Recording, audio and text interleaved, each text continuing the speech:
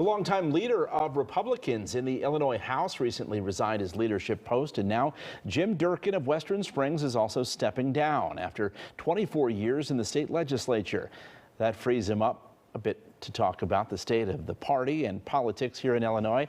And State Representative Jim Durkin, at least State Representative for a few more hours, joins us now live from Springfield. Thanks for being with us. I can also add that I'm still the Republican leader until noon tomorrow. So I'm also Representative and Leader Durkin until noon. So Ben, thank you very much. But I know that you're one who expects that we have the proper English and all the things go along with it. But anyway, thank you. Thank you, Leader Durkin. You've joked your job as a House Republican leader is a bit like being an unlicensed psychiatrist. That, of course, begs the question, how's the patient doing these days, Doc? Well, the patient, you know what, I think I still continue, and I will for another day and a half, to serve as an unlicensed psychiatrist. It's just an interesting place. I've been through 6 governors. I've seen more scandal. I've seen good things also.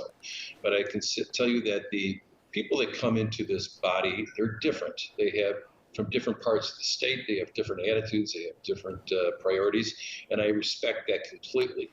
But what I do see, the problem with the Republican Party is that it is taking a too far right and extreme posture with candidates and also policy.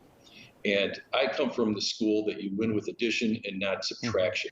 And it's just not working with, you have a Trump or this guy Bailey who ran last November. They do not move the ball for us. But is there any reason to think that your Republican colleagues have heard that message? Well, you know what? I hope so. And I hope that they watched what happened last Friday in the U.S. Capitol to realize we're just a handful of rebels, not even rebels, but extremists who really have no answers to anything other than to say no. But this is what happens. And this also further damages the brand, what I saw last week. But it also happened after the primary when I see, you know, Republicans in the legislature who are proud about putting legislation in to separate Chicago from the state of Illinois. I mean, it's utter nonsense, but I live in the suburbs, and this is where we compete. And we have to have candidates, we have to have a party that is actually that will say that we are embracing people who are different from us, people who have different attitudes, but people that can find a common ground, because this used to be the party. That used to be the party. It's changed dramatically within the last 5 years. And I'll just say that for the betterment of the party, that we need to branch out. We need to be more tolerant as well. Speaking of being a moderate, you were the only Republican in the Illinois House, I believe, to vote for that assault weapons ban bill that's now over in the Senate. Whether it's locally or nationally, is there a punishment to a politician like you who, crosses the aisle?